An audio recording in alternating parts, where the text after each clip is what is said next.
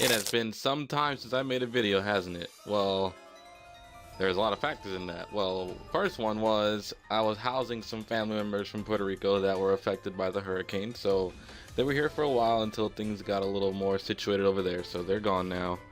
I'm glad they're okay and stuff like that. And I've been a little sick. You might still be able to hear it in my voice, but I've, been a little sick too.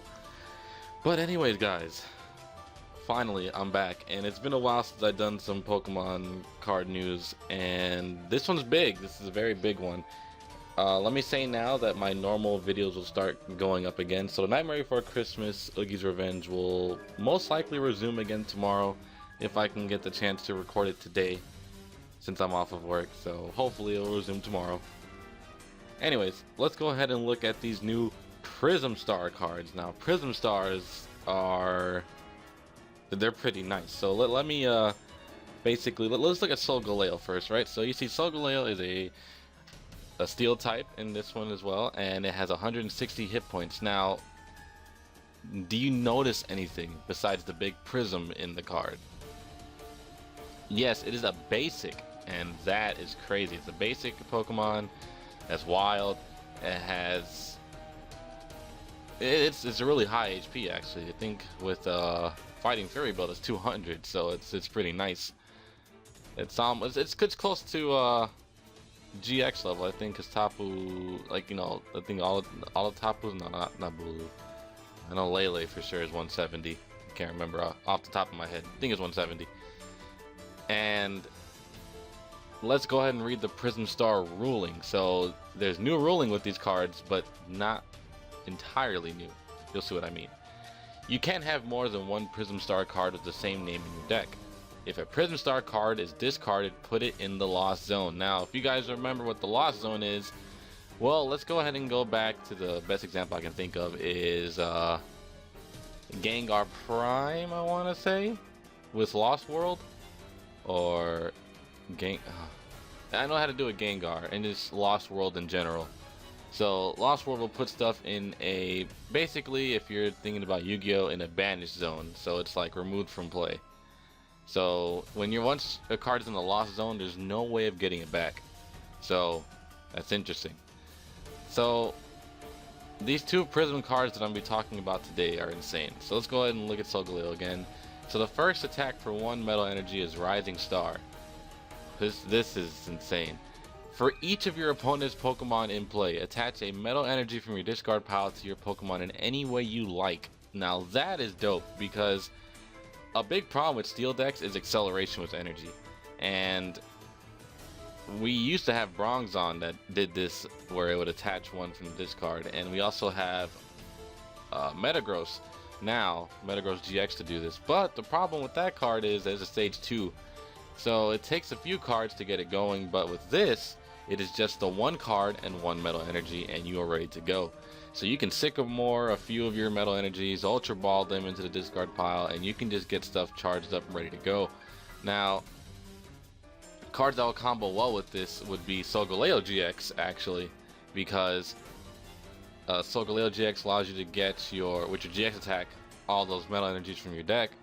And say if you put them onto all one Solgaleo and that gets knocked out, this can go ahead and charge up a whole another one and do that's 230, right? I believe, from Solgaleo GX, and then Choice Band with that is 260. It's knocking out like every GX right now, so that's amazing. So yeah, I remember someone told me cards that I should talk about, cards that would go together with these. So yeah, Solgaleo GX is really good. Any steel type cards, any metal Pokemon will go great with this because it accelerates the energy very quick. So I know a lot of you have some steel deck ideas out there, so we'll see which kinds we get with the new set. So the next attack is Corona Impact for 4 Metal Energy, which is 160. This Pokemon can attack during your next turn. I don't see you using this as your main attacker. I see you using this just for the energy acceleration. But if you get into a situation where you need to attack, 160 isn't bad at all. With a Choice Band, that is 190. I would probably see you running more of a Fighting Fury build on this, just to make it more tankier. That's really nice. So and then Max Elixir too, because you're only using 1 Steel Energy, so it's fine. You're getting most of them back anyways. So Max Elixir will work great with this. It's weak to fire, resistant to psychic, and a retreat of 3. Pretty heavy, but I don't mind. This card is really nice. So let's go ahead and look at the other Prism card that we got, which is Lunala. With same HP, it is 160. It is also a basic with the same Prism Star rule. It is a psychic type. Now, Full Moon Star for 1 psychic energy does the exact same thing as Solgaleo's Rising Star. So for each of your opponent's Pokemon in play, attach a psychic energy from your discard pile to your Pokemon in any way you like. So one thing with these two cards, it makes your opponent play a little differently. It makes them more cautious on putting cards down. So it really got to think about, well, should I play this down now? Should I wait? Because a lot of times the bench space is taken up by Tapu Lele. Now, I wouldn't say it's taken up because you could use Tapu Lele as an attacker. But the problem with that, again, like I said, it's taking up bench space, and sometimes you don't get into your jaw supporters, and you need to play Lele to grab your jaw supporters. So Lele really helps with that, but it's also taking up bench space, which means you also have to put down other cards you're getting ready to set up, and it makes you think twice before putting things down. So with these things running around, it's going to be crazy.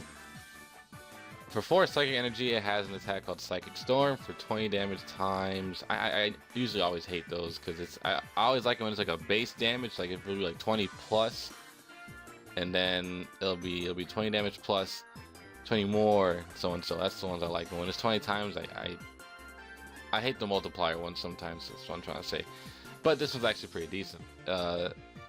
Its attack does 20 damage times the amount of energy attached to all Pokemon in play. That is big. Against Gardevoir, oh my goodness, that will destroy Gardevoir. That does a lot when you think about it, because you already have 4 on yourself. And anywhere else you decided to charge up energy, it's pretty nice. It does quite a hefty amount. I don't know the math, so yeah. Well, that's it for these two cards. It's been a while since I recorded, guys. I'm sorry, but that was my situation. I'm glad to be back. And that's it. Darkness.